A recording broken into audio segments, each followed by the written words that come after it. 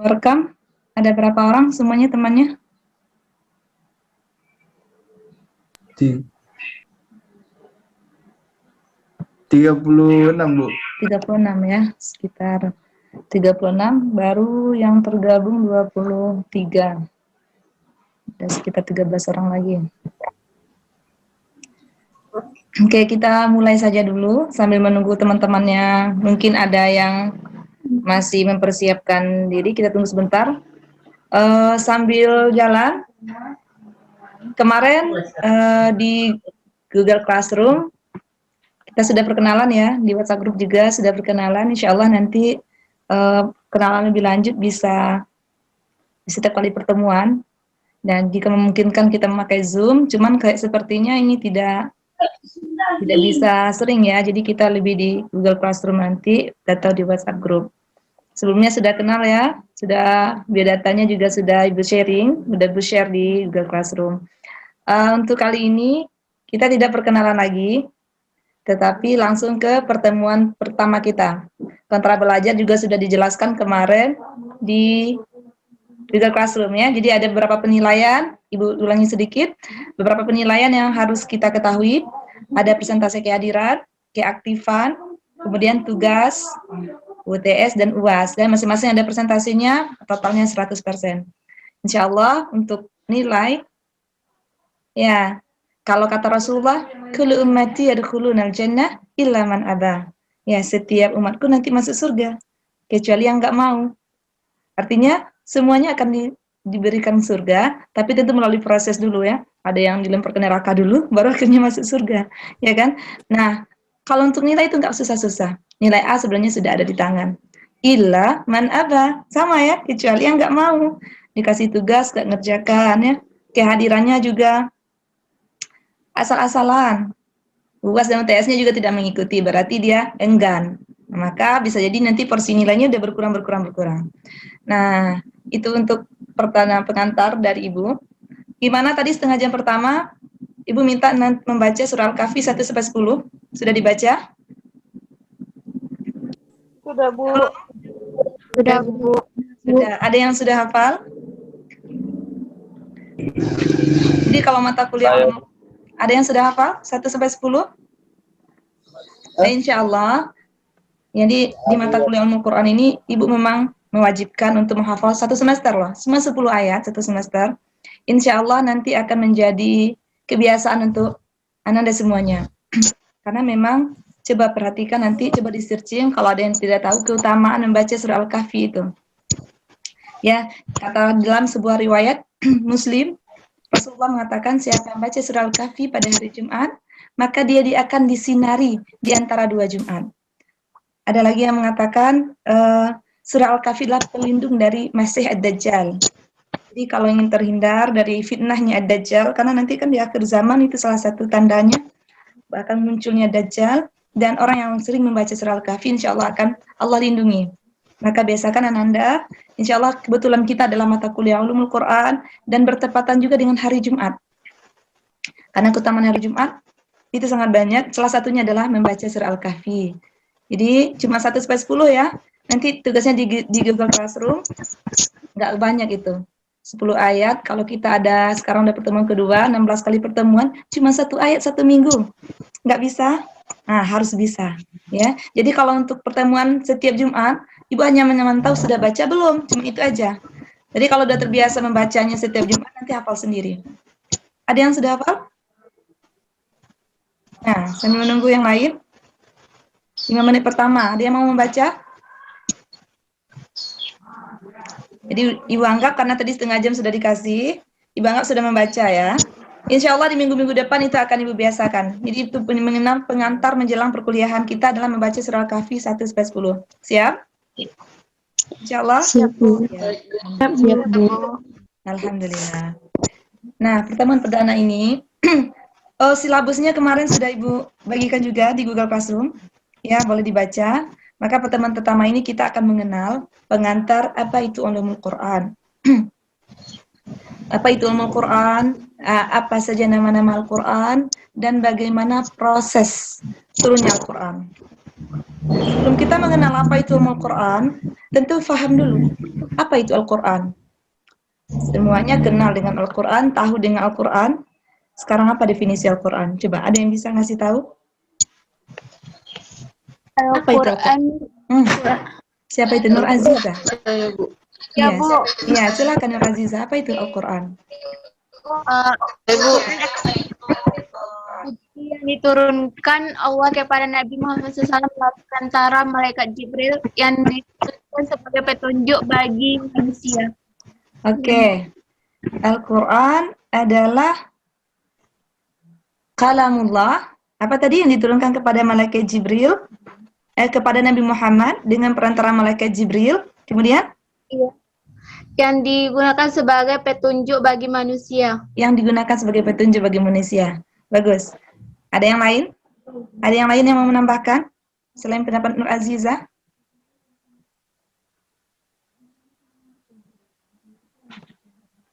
Ada? Jadi sebenarnya banyak definisi Al-Quran ya. Definisi Al-Quran, Ibu akan share ininya dalam bentuk share screen-nya sebentar. Kita share screen aja biar mudah nanti. Kita satu kelas itu ada berapa orang, Mbak? Ini baru 7. 8 nanti, Bu. Ada, Bu. Oke.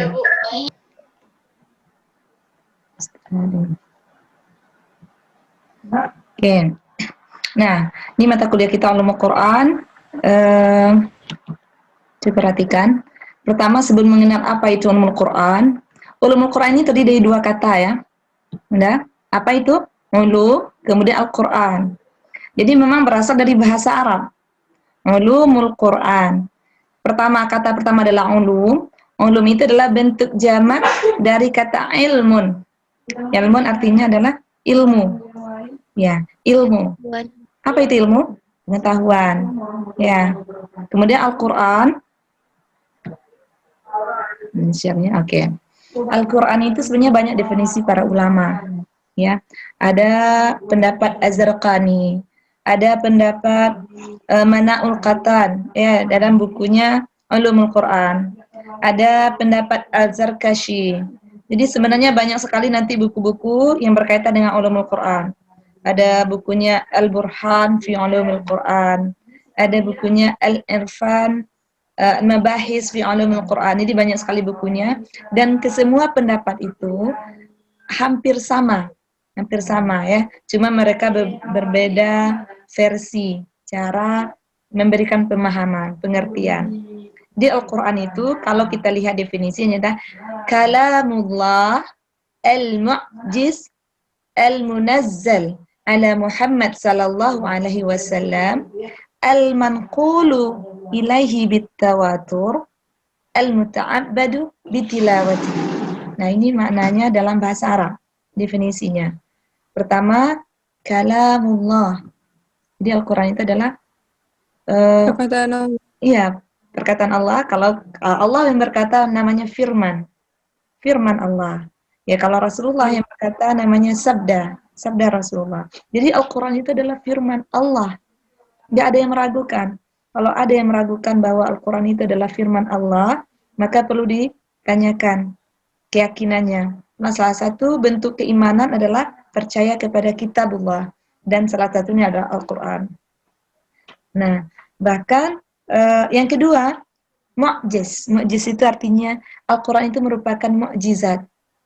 Berbeda dengan kitab-kitab yang lain.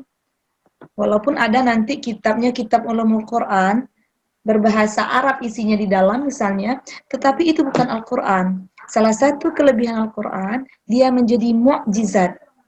Anda tahu apa itu mu'jizat? Mu'jizat adalah, apa itu mu'jizat? Seperti anugerah, Bu. Seperti anugerah. Ya, anugerah yang begitu besar yang Allah berikan hanya kepada orang-orang pilihan. Jadi yang mendapatkan mujizat itu hanya Nabi dan Rasul. Kalau ada orang yang mendapat mujizat, namanya bukan mujizat lagi. Misalnya ada orang yang mendapatkan seperti wali-wali Allah itu ya, punya kekuatan yang luar biasa juga dia. Bisa dia meramal sesuatu yang memang itu ilham ya, yang Allah berikan berupa insting ya, karena kebersihan hatinya misalnya, itu tidak mukjizat. Berbeda dengan nabi dan rasul. Jadi mukjizat itu adalah kejadian yang luar biasa yang Allah berikan hanya kepada nabi dan rasul pilihan. Tidak semuanya juga. Dan rasul pilihan yang diberikan mukjizat luar biasa, kemudian dia diberikan ujian luar biasa, dikenal dengan istilah ulul azmi. Ya, itu ujiannya yang begitu besar dan pilihannya begitu besar, namanya ulul azmi. Jadi ada 5 orang nanti, namanya minim atau nimim. Muhammad, Ibrahim, Nuh, Isa, dan Musa. Itu yang 5 yang disebut dengan rasul ulul azmi. Ya, sementara mukjizat ini adalah hanya diberikan, khusus Al-Quran ya, hanya diberikan kepada Nabi Muhammad SAW. Nabi-nabi lain ada mukjizatnya? Ada, tetapi bukan Al-Quran.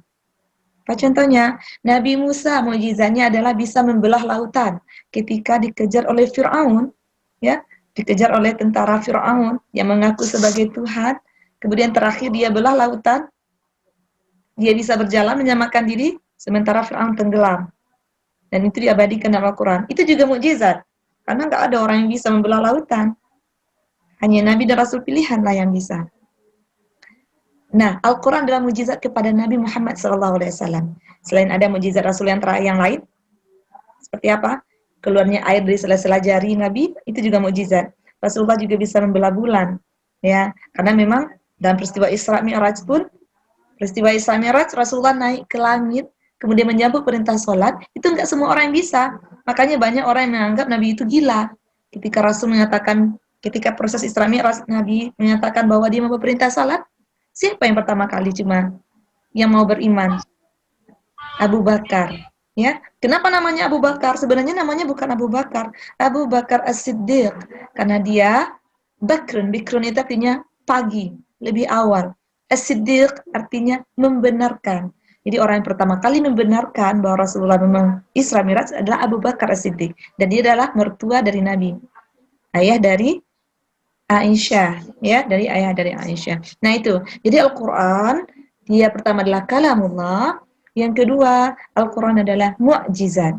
Paham itu ya? Jadi mu'jizat. Jadi kalau Anda nanti baca Quran, itu bukan mukjizat ya. Nah makanya Quran mukjizat. Ada lagi nanti yang menjadi membedakannya adalah kemudian Al-Munazzil ala Muhammad, itu sudah jelas ya. Al-Quran sudah pasti diturunkan kepada Muhammad.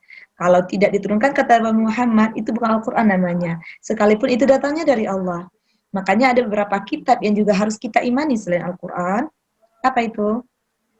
Kitab Zabur. Pernah mendengar?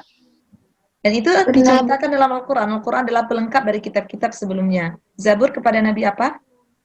Nabi Musa. Waalaikumsalam. Nabi Musa? Nabi Daud, Bu. Daud. Ayo, Nabi Musa atau Nabi Daud? Nabi Daud. Nabi Daud. Ada Zabur, ada Taurat, ada Injil. Bisa membedakan? Dan semua kitab itu disebut dengan kitab samawi. Kenapa kitab samawi? Samawi artinya langit. Kitab yang memang Allah turunkan. Termasuk di dalamnya Injil yang dipercayai oleh orang Nasrani. Hanya saja Injil yang diturunkan kepada orang Nasrani yang sekarang, yang sudah mereka ubah ke bentuk versi bahasa, bedakan nanti dengan Al-Quran ya. Kalau agama-agama lain mereka punya bahasa Injil dalam bahasa Belanda, mereka ada. Bahkan bahasa Mandailing pun mungkin juga ada ya. Bagi yang mereka beragama Nasrani, yang berada di Sumatera Utara, mereka pindahkan ke dalam bahasa Toba gitu ya. Itu bahasa Minang. Ada. Nah, berbeda dengan Al-Quran. Al-Quran merupakan kitab yang tidak bisa diubah oleh siapapun. Makanya dalam Al-Quran turun ayat yang mengatakan, coba lihat surah Al-Baqarah. Wa in kuntum fa'tu bi suratin mithlihi wad'u man istata'tum min dunillah in kuntum shadiqin. Itu ayatnya. Kalau memang benar kamu bisa mendatangkan semisal Al-Quran, coba datangkan yang semisal. Ya, maka tidak akan satu pun yang bisa mendatangkan. Makanya itu bahwa Al-Quran itu turun kepada orang Arab. Orang Arab itu dikenal dengan orang jahiliyah, bukan berarti dia bodoh. Tetapi dia pintar. Apa pintarnya? Mereka bisa membuat syair-syair. Mereka bisa membuat sastra, dan itu terkenal sampai sekarang. Ada namanya syair Arab, ya. Mereka gantungkan nanti di Ka'bah itu. Dan Al-Quran turun kepada itu Nabi Muhammad. Mereka anggap Nabi Muhammad bodoh, ya, karena memang Nabi Muhammad itu tidak pernah baca tulis. Nabi Muhammad terkenal dengan ummi, dia nggak bisa baca, dia nggak bisa menulis. Tetapi tiba-tiba turun wahyu kepada Nabi Muhammad. Coba lihat lagi, kita cerita dulu sedikit ya sebelum kita masuk ke ilmu Quran. Tentang Al-Quran dulu kita pahami. Ketika wahyu turun kepada Nabi Muhammad, ya, Nabi Muhammad diangkat menjadi Rasul, dia bertahanus di Gua Hira. Itu ketika usia beliau 40 tahun. Sebelum usia 40 tahun, dia belum diangkat menjadi Rasul. Hanya seperti orang biasa, yang beliau juga berdagang, beliau juga melakukan perjalanan-perjalanan, ya, seperti ke Syria, ke Syam, itu berdagang. Dan juga menggembala kambing, ya, seperti orang biasa. Namun kelebihannya adalah memang Rasulullah dikenal maksum. Ketika usianya masih kecil, dia sudah dibelah oleh malaikat dadanya untuk membersihkan. Jadi berbeda dengan yang dikenal Al-Amin. Nah, Nabi Muhammad di usia 40, dia bertahanus di Gua Hira, turun wahyu. Yang pertama Al-Quran itu. Apa itu surat yang pertama? Datang Jibril memeluknya, dia mengatakan, Iqra ya Muhammad. Ya, bacalah hai Muhammad. Nanti akan kita pelajari lebih lanjut ya, mungkin bentuk-bentuk turunnya wahyu itu. Ada yang Jibril datang berbentuk manusia, ada berbentuk gemericing lonceng. Insya Allah di pertemuan-pertemuan berikutnya. Ibu hanya mengantarkan yang pertama bahwa ketika ayat itu turun yang pertama, Nabi mengaku jujur. Ma ana biqari'in. Itu jawaban Rasulullah. Saya nggak bisa baca tulis, nggak bisa membaca. Bilang lagi sama Jibril, Iqra ya Muhammad. Dijawab lagi, ma ana biqari'in, saya nggak bisa baca. Lalu turunlah ayat, Iqra bismi rabbikal ladzi khalaq. Khalaqal insana min 'alaq. Ya, surat Al-Alaq 1-5. Bacalah dengan nama Tuhanmu yang telah menciptakanmu dari 'alaq, itu segumpal darah. Nah, jadi Al-Quran itu memang diturunkan kepada Nabi Muhammad. Ya, berbeda dengan Taurat, Zabur, dan Injil yang lainnya. Nanti insya Allah kisah-kisah berikutnya di pertemuan-pertemuan lain insya Allah ya. Karena kita lebih fokus kepada ulumul Qur'annya. Terus yang selanjutnya, al-manqulu ilaina bitawatur. Jadi Al-Quran itu diturunkan secara mutawatir. Mutawatir itu arti apa? Mutawatir itu adalah secara bersamaan. Ya. Jadi banyak yang meriwayatkannya, mutawatir namanya. Baru dipercaya. Artinya ada sanad-sanadnya. Ketika ayat itu turun kepada Rasulullah, banyak nanti yang akan menuliskannya. Jadi ada sanad-sanadnya, seperti halnya hadis. Dan itu namanya mutawatir ya. Dia namanya mutawatir. Ada namanya nanti di dalam hadis ya. Karena memang Al-Quran itu diturunkan, ada nanti yang meriwayatkannya. Ketika pengumpulan Al-Quran, ketika penulisan Al-Quran, nanti ada orang-orangnya. Dan itu enggak sendiri. Makanya ketika Allah menurunkan Al-Quran, Allah mengatakan, Inna nahnu nazzalna dzikra. Kami menurunkan Al-Quran. Allah tidak menyampaikan saya, ya, tetapi kami. Kenapa? Karena Al-Quran itu melalui perantara malaikat Jibril. Itu namanya ada sanadnya. Malaikat Jibril baru diturunkan kepada Rasulullah. Dan diturunkan kepada Rasulullah pun nggak langsung berbentuk Al-Quran seperti yang kita baca. Ya, tetapi berangsur-angsur. Makanya ada yang mengatakan selama 23 tahun. Yaitu ya, kalau lebih kurangnya 22 tahun, 2 bulan 22 hari. Jadi ada yang diturunkan di Mekah, juga ada yang diturunkan di Madinah. Itu lama waktunya turun. Baru seperti Al-Quran yang kita baca sekarang. Yang dikenal dengan Rasam Utsmani, yang ditulis pada masa kekhalifahan Utsman bin Affan. Itu nanti di pertemuan berikutnya, lihat di silabus ada nanti Rasam Utsmani pembahasan kita. Jadi itu definisi Al-Quran ya. Baru yang terakhir, al-muta'abbadu bitilawatihi. Al-Quran itu dianggap ibadah ketika membacanya. Ya, silakan baca semua buku. Itu di belakang ustazah ya, boleh baca ustazah panggil ibu ya. Di belakang ibu ada buku. Itu dibaca pun skripsinya, skripsi, jurnal semuanya, tapi tidak mengandung ibadah ketika membaca. Palingan ibadahnya karena niatnya ikhlas lillah ta'ala, itu yang niatnya ibadah. Tetapi Al-Quran dianggap ibadah membacanya. Makanya Rasulullah mengatakan, Man qara'ah harfan min kitabillah falahu hasanah. Siapa membaca satu huruf dari Al-Quran, dia mendapatkan hasanah. Wal hasanatu bi asyri amthaliha. Sana itu 10 kali lipat pahalanya. Wala aqulu alif lam mim harfun, kata Rasulullah. Saya tidak mengatakan alif lam mim. Itu satu huruf. Walakin alif harf, tetapi alif satu huruf. Wal lam harf, lam satu huruf. Wal mim harf, mim satu huruf. Berarti kalau alif lam mim 1 kali 10, alif lam mim ada 30 pahalanya. Bismillahirrahmanirrahim. Ada 19 huruf. Kali 10, 190. Maka rugi orang yang tidak mau membaca Al-Quran. Karena baca Al-Quran itu ada poin-poinnya. Ada pahalanya. Nah, itulah salah satu kelebihan orang menghafal Quran ketimbang hanya membaca Al-Quran. Nanti kalau ibu suruh Ananda membaca surah Al-Kahfi, ya, walaupun 1 sampai 10 itu pahalanya sesuai dengan proses huruf yang keluar dari Ananda. Alhamdulillahilladzi, di Al-Quran lagi. Alhamdulillah. Oh, alhamdulillah sudah hafal. Alhamdulillahilladzi. Berapa kali dibaca itu? Itu bedanya antara orang yang membaca dan menghafal. Jadi orang menghafal sering ulang-ulang hurufnya kan? Berarti 1 huruf 10. Begitu banyak pahala orang yang menghafal Quran. Makanya tanamkan niat di sekarang, minimal kita harus punya hafal Quran. Ini yang kalau di sini kan sudah ada ya, ketika ma'had Anda bisa disuruh yang baca juz 30. Nah, bagi yang sudah ulang lagi, kalau bisa ditambahkan lagi ya. Karena jangan sampai ketinggalan kita yang dari Universitas Islam. Karena artis-artis mereka sekarang berbondong-bondong, one day one juz ya, membaca 1 juz 1 hari. Artis-artis loh, kita yang memang basic kita dari sekolah agama harusnya bisa seperti itu. Ya, itu motivasi yang Ibu sampaikan begini. Di pengertian Al-Quran, jadi bedakan nanti ya, ulum Al-Quran tidak sama dengan Al-Quran itu sendiri. Jadi ulum artinya tadi ilmu, Al-Quran adalah kalamullah yang merupakan mukjizat diturunkan kepada Nabi Muhammad tadi dengan perantara malaikat Jibril ya, secara mutawatir dan dianggap ibadah ketika membacanya. Nah, itu definisinya. Kita lanjutkan. Sekarang coba lihat definisi dari ulumul Quran. Nah, ini yang dimaksud dengan ulumul Quran. Ulumul Quran itu memang banyak definisinya, tetapi yang satu yang Ibu ambil adalah definisi Suyuti. Ulumul Quran adalah mabahis tata'allaqu bil Qur'anil Karim. Mabahis itu artinya beberapa pembahasan ya, tata'allaqu yang berkaitan, yang berhubungan dengan Al-Quran. Jadi nanti ilmu Quran itu apa saja yang berkaitan dengan Al-Quran, itu namanya ulumul Quran.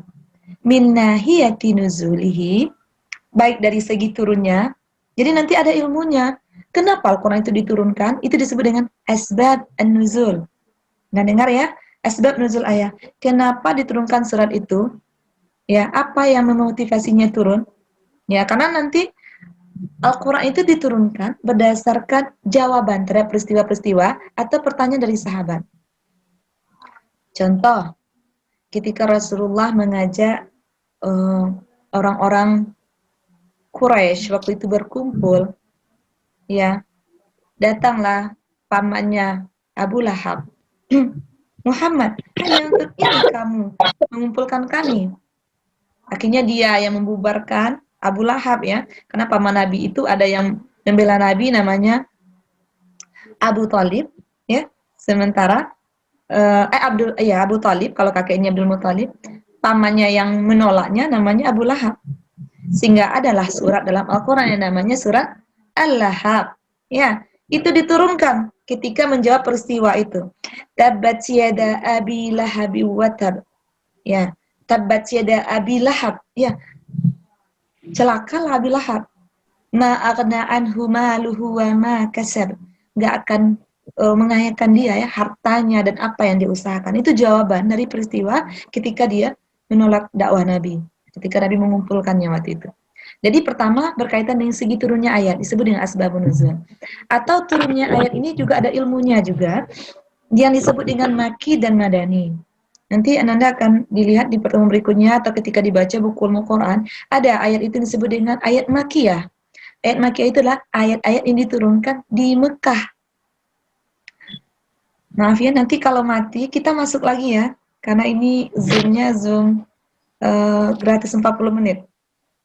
Ya, kita masih lagi nanti. Tapi mudah-mudahan nggak ini nih, hampir habis. Yang kedua diturunkan di Mekah, atau diturunkan sebelum Nabi hijrah.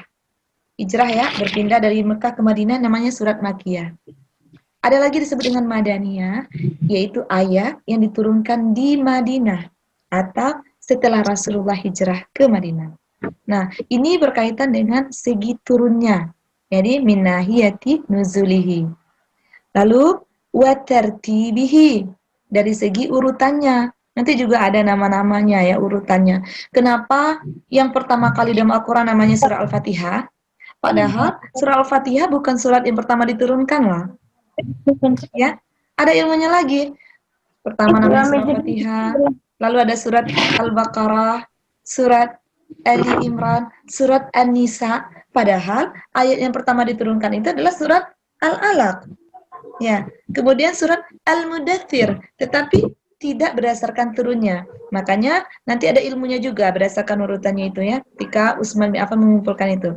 Ya, wa jam'ihi, ada segi pengumpulannya juga. Kapan Al-Quran pertama dikumpulkan? Jadi Al-Quran itu diturunkan kepada Rasulullah, itu nggak langsung ditulis oleh Nabi, karena Nabi mengaku tadi nggak bisa baca tulis.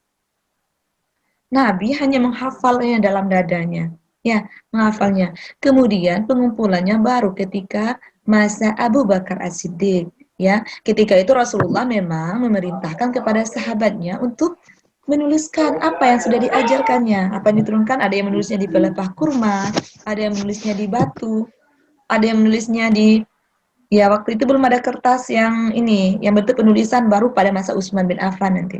Jadi baru namanya pengumpulan Al-Quran, dikumpulkan dari pelepah kurma, jadi ada yang hurufnya berserakan dan seterusnya. Ya, karena nanti pada waktu perang Uhud, ya, ada 70 orang.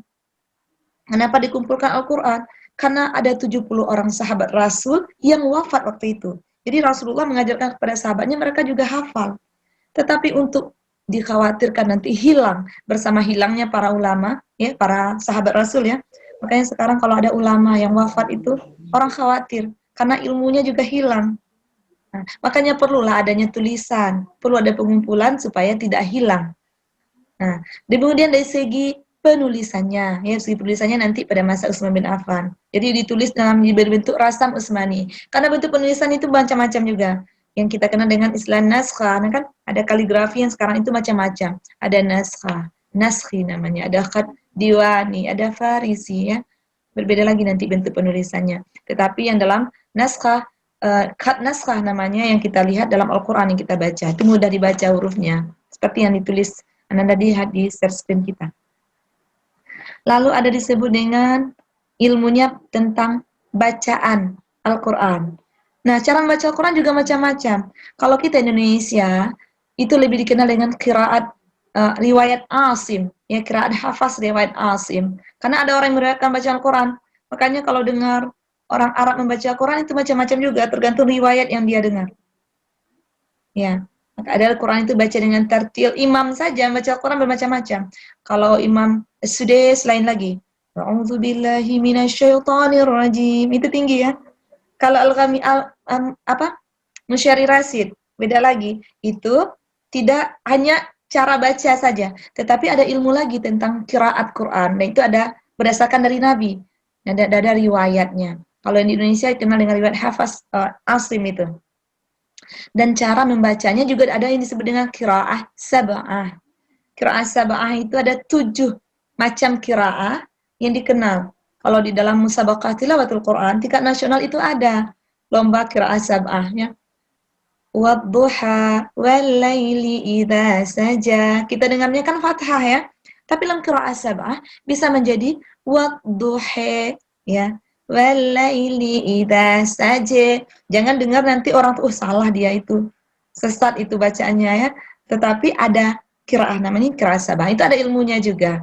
Itu mencakup dalam ilmu Quran. Ada berdasarkan tafsirihi, cara penafsiran Al-Quran. Apa disebut dengan tafsir? Tafsir beda dengan membaca. Tafsir itu adalah bayan bayan ma'nahu. Ya, penjelasan dari makna-makna dalam Al-Quran itu namanya tafsir Al-Quran.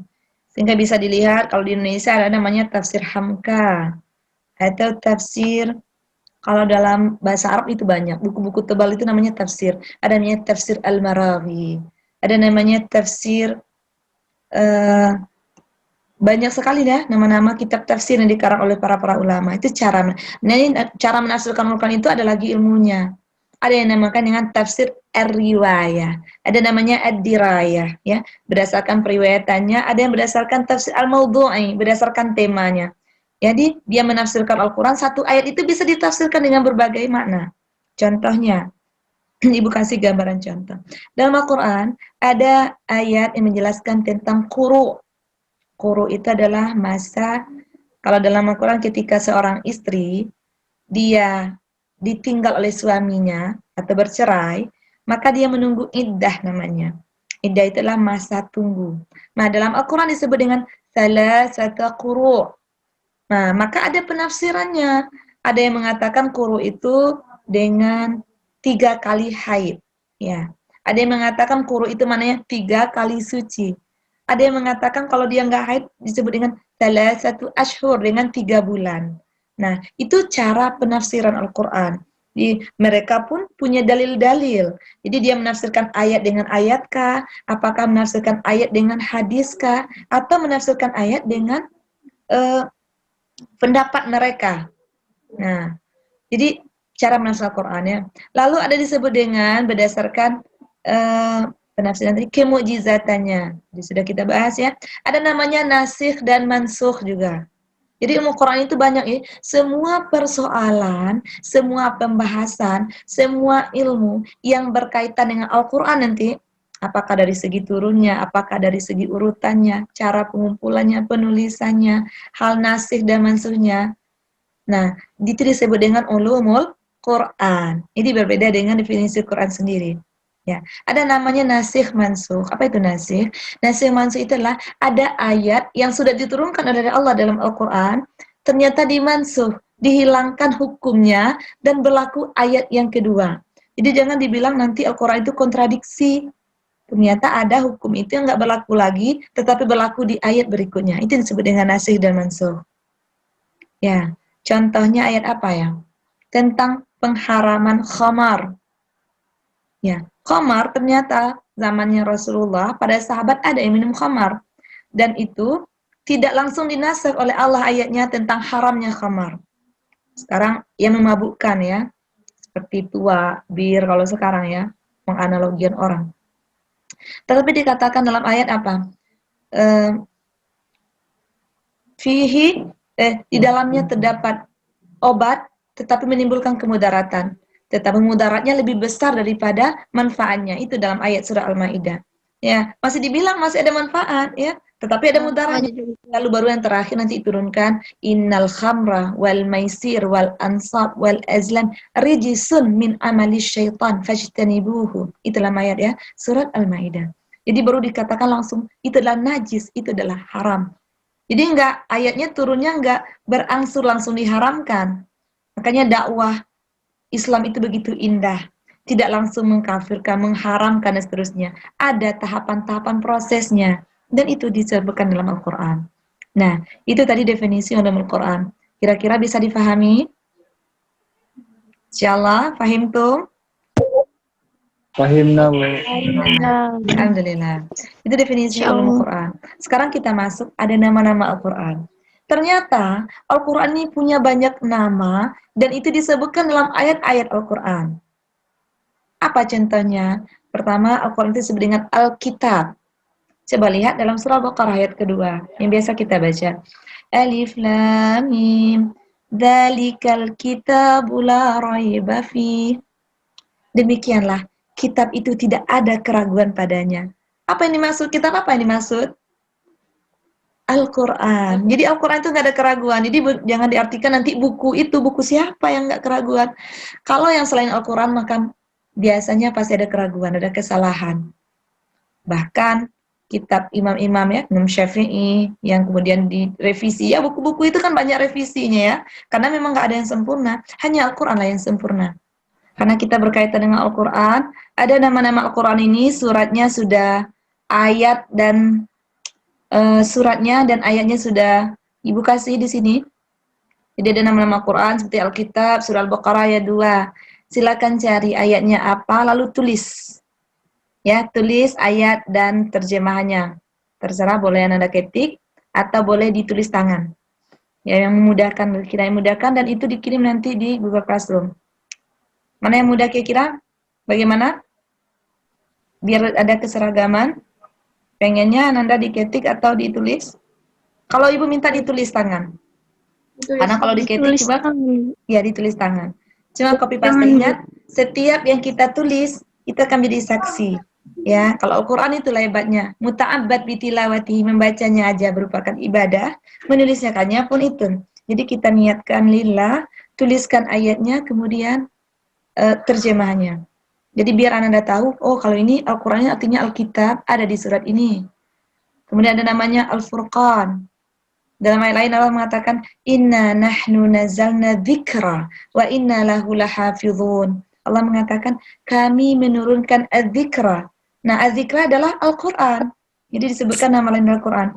Wa inna lahu lahafizun. Kamilah yang akan memeliharanya. Jadi memang Al-Qur'an itu Allah jadikan Allah pelihara. Sampai sekarang ada orang yang mencoba untuk merubah Al-Qur'an. Oh, banyak ya. Sejak zaman Rasulullah itu sudah ada. Mereka ahli syair, mereka coba. Tetapi Allah bantah langsung dalam Al-Quran. A'udzubillahi minasyaitonirrajim. Qul, kata Allah ya, la in ijtama'atil insu wal jinnu. Katakanlah hai Muhammad, seandainya pun berkumpul manusia, jin ya, al-insu wal jinnu, manusia dan jin. Ala ayatu bimisli hadzal Qur'an, untuk mendatangkan yang semisal dengan Al-Quran. Ya, jangankan manusia saja, Allah tantang, datangkan juga jin. Berapa banyak jin itu? Dalam tubuh orang aja bisa ribuan, ya, bikin kerajaan jin. Jadi sangat banyak. Nah, tetapi Allah tantang, ala yatu bimisli hadzal Qur'an, lalu Allah balas lagi, la yatuna bimislihi walau kana ba'duhum li ba'din zahira. Gak ada satupun nanti yang akan bisa mendatangkan semisal Al-Quran, sekalipun mereka saling tolong-menolong untuk mengerjakannya. Ya. Kalau jin itu mudah aja. Nabi Sulaiman, dia bisa bikin apa dengan bantuan jin ya. Bikin istana, sekali kedip aja muncul dia ya. Klik gitu. Bahkan bantuan-bantuan sekarang yang kena magic yang antum lihat di TV itu kan bantuan jin itu ya. Bisa mereka membuat sesuatu yang tidak bisa kasat mata. Tetapi Al-Quran tidak ada satu pun, jangankan satu Quran, satu huruf pun tidak ada yang bisa mendatangkan yang semisal. Itu janji Allah ya. Jadi kami yang pelihara, kata Allah. Walaupun nanti ada yang berusaha untuk menerjemahkan ke bahasa lain, tapi itu tidak Al-Quran. Karena tafsir itu bukan Al-Quran. Tafsir ya tafsir. Kitab ya kitab. Tapi Al-Quran tidak ada yang bisa menyamakannya. Ada lagi namanya zikra. Ada lagi nanti namanya kalau Anda lihat di alam Al-Quran, Asy-Syifa. Allah bilang nanti ya. Fihi syifa'ul linnas ya. Al-Qur'an itu wa nunazzilu minal Qur'an ma huwa syifa'u wa rahmatul lil mu'minin wa la yazidu zalimina illa khasara. Itu kata Allah ya. Kami turunkan dari Al-Qur'an itu menjadi obat bagi manusia. Ya, makanya ada orang yang menjadikan pengobatan itu dengan Al-Qur'an. Air minum ini kalau dibacakan Al-Quran, bisa menjadi obat loh.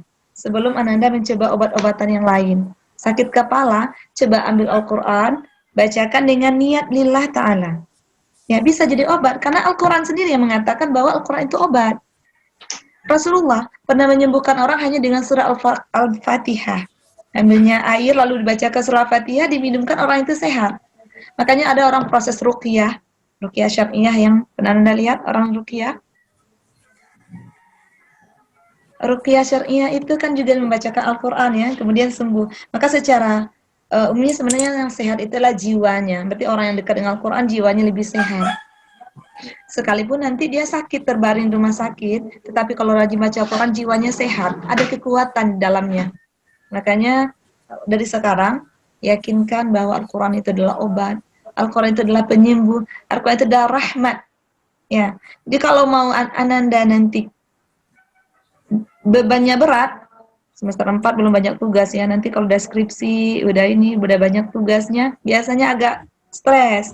Kalau jauh dari Al-Quran, itu mudah aja. mudah down-nya, mudah frustasinya, diputuskan sama ini maaf ya, ada yang ini sedikit aja kehilangan langsung down. Tetapi orang dekat dengan Al-Quran, maka Al-Quran jadi obat. Nggak ada namanya stres, nggak ada depresi ya, karena obat itu ya bisa menyembuhkan, janji Allah. Al-Quran sendiri yang mengatakan. Jadi nama lain Al-Quran itu banyak ya, ada namanya Al-Bayan, ada Al-Kalam, ya. Wa kallamallahu Musa taklima, itu tentang Musa ya Allah bicara. Banyak, nanti ada namanya Nur, ada namanya Al-Balagh. Jadi ayat-ayatnya sudah Ibu sampaikan karena ini nggak mungkin untuk kita cari ayatnya satu persatu. Jadi Ibu yang minta Ananda untuk menuliskannya. Tuliskan ayatnya. Kalau di sini ada banyak, minimal ada berapa nih? 1 2 3 4. Ya, minimal 10. Kalau Anda tuliskan semuanya nggak apa-apa. Ditulis saja satu surat. Ini ayatnya, udah selesai. Mudahnya. Kalau untuk copy paste mudah, tinggal switching ayat-ayatnya aman ya, copy paste. Tapi yang kita lihat adalah bagaimana Anda menuliskannya. Karena biasanya orang biasa menulis juga tulisannya akan semakin cantik. Selain nilai pahala yang kita harapkan dari penulis Al-Quran. Oke, itu yang kedua pembahasan kita yang ada di silabus. Lalu yang ketiga, bagaimana proses turunnya Al-Quran. Tadi di awal sudah Ibu sampaikan bahwa Al-Quran itu tidak diturunkan langsung. Apakah sampai kepada Nabi Muhammad langsung Al-Quran itu? Tidak. Apakah berbentuk Al-Quran yang sudah dijilid? Bukan. Al-Quran itu ada prosesnya. Jadi proses turunnya Al-Quran itu adalah Al-Quran itu awalnya berada di Lauhil Mahfuz. Dan dalam Al-Quran Allah bilang juga seperti dalam surah Al-Buruj ya. Fi Lauhim Mahfuz ya. Al-Quran itu di Lauhil Mahfuz awalnya. Lauhil Mahfuz itulah suatu tempat yang nggak bisa kita definisikan ya, yang memang Allah jaga. Lauhil Mahfuz namanya. Lalu diturunkan kepada Nabi Muhammad pada malam Lailatul Qadar fi Baitul Izzah namanya. Jadi dari langit ya, dari langit ketujuh ya, turun lagi nanti kepada Nabi Muhammad SAW. Hanya saja melalui perantara malaikat Jibril itu nggak langsung ya, makanya keturunkan kepada Nabi Muhammad itu sekitar 23 tahun ya, kurang lebih 23 tahun. Jadi prosesnya ini sudah Ibu bikin satu persatu. Pertama, ada 3 pendapat ya.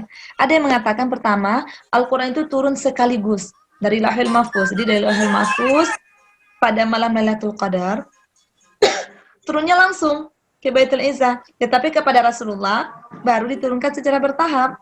Ya, ada yang mengatakan seperti itu. Ada yang mengatakan yang kedua, pendapat yang kedua, dia diturunkan dari Lauhul Mahfuz itu ke langit, itu ke Baitul Izzah itu setiap malam Lailatul Qadar bertahap.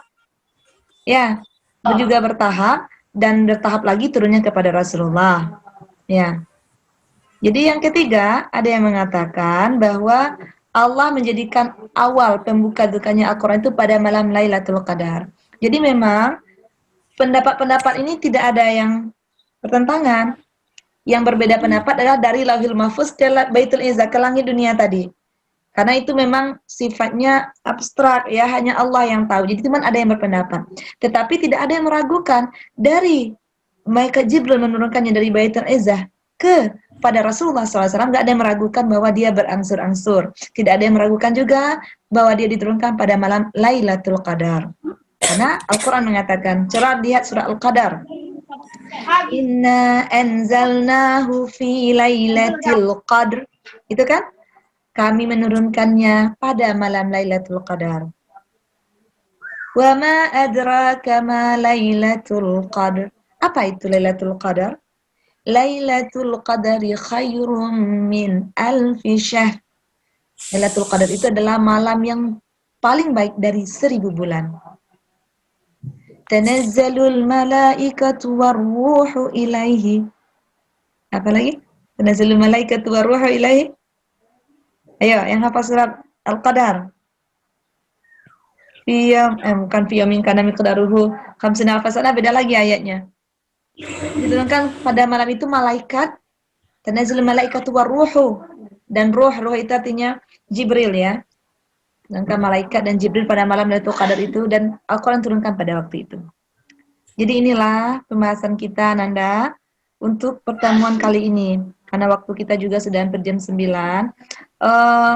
Sampai di sini sebelum kita akhiri, Ananda ada pertanyaan, Kak? Silakan yang memiliki pertanyaan. Ada pertanyaan? Bu, Ya. Siapa itu? Nur Aziza. tugasnya itu dibuat terjemahannya, Bu. Bagusnya gimana? Bagusnya iya, supaya tahu mana yang artinya Azikra, supaya tahu mana yang artinya Al-Burhan. Kalau nggak ada terjemahannya, bagaimana bisa ini nanti? Ya, Bu. Ya, kita terjemahannya. Oke, ada lagi pertanyaan lain? Sebentar, Bu mau memulakannya jadi besar, ini gimana caranya?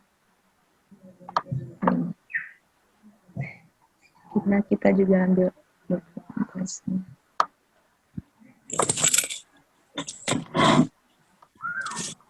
Itu aja pertanyaan tentang tugas. Hal yang berkaitan dengan Al-Quran ada? Ada pertanyaan? Untuk absensi, nanti Ibu akan lihat nama-namanya yang ada di Zoom ini. Akan langsung ya, karena ini juga diisi akadnya juga.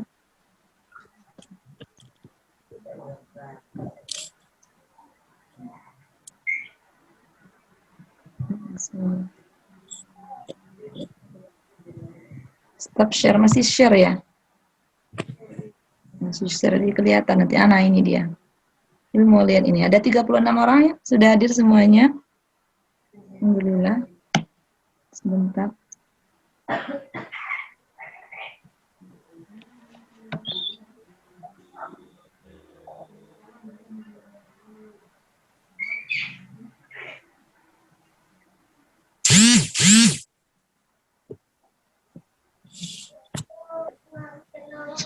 Oke, 35.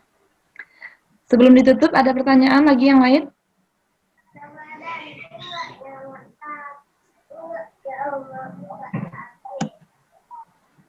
Nggak ada pertanyaan?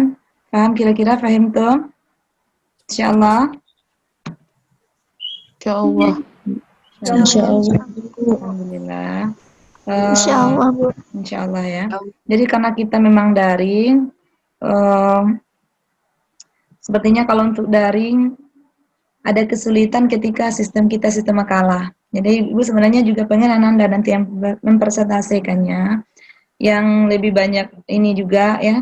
Tapi karena kita sistem daring, semuanya kalau perlu nanti sesekali kita bertemu ya, minimal nanti menjelang UAS. Menjelang UAS, Ananda kita bertemu di lokal sekali, jadi bisa kita nanti mereview ya, karena memang daring ini ada kelebihan dan kekurangannya juga.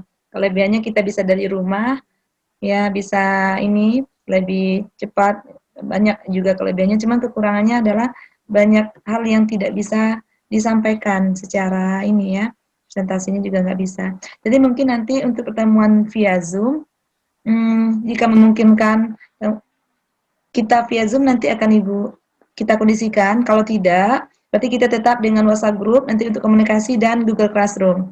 Jadi minimal nanti Ibu berikan dalam bentuk materinya, atau bisa nanti dalam bentuk video, jadi videonya sudah Ibu, perkuliahannya sudah Ibu sampaikan dulu, nanti recordnya, nanti Ananda Ibu bagikan ya, jika tidak memungkinkan, karena kalau untuk video bisa kita, waktunya bisa disesuaikan, begitu ya. Atau nanti, ya banyak nanti ya, nanti akan disampaikan untuk penonton berikutnya, komunikasi kita lewat WhatsApp group dan Google Classroom. Tugasnya juga nanti di Google Classroom. Jadi kalau ada nanti tadi tugas yang Ibu sampaikan tadi, itu Ibu akan Ibu buat nanti formatnya di Google Classroom. Silakan saja lihat nanti dan dikirim di sana. Karena di Google Classroom nanti akan nampak siapa yang sudah kirim, siapa yang belum. Ya, kalau untuk hafalan Al-Kahfi itu tidak waktunya menjelang ujian. Jadi tidak Ibu tentukan untuk minggu depan. Tetapi untuk tugas menulis ayat, itulah pertemuan kita sekarang. Maka usahakan Ananda jangan bertumpuk nanti minggu depan, mana tahu ada lagi nanti tugas baru begitu berdasarkan pembahasannya. Karena itu akan menilai sejauh mana nanti pemahaman kemudian tugasnya dikerjakan atau tidak. Ya mungkin itu saja pertemuan kita pada kali ini. Terima kasih atas perhatiannya. Syukran katsiran. ala husni ihtimamikum. Ya, thanks for your attention. Ya, terima kasih atas perhatiannya. Mohon maaf atas kekurangan. Kita akhiri dengan membaca hamdalah. Alhamdulillahirabbil alamin. Dan doa kafaratul majlis. Subhanaka Allahumma wa bihamdika asyhadu an la ilaha illa anta astaghfiruka wa atubu ilaika. Assalamualaikum warahmatullahi wabarakatuh. Waalaikumsalam warahmatullahi wabarakatuh.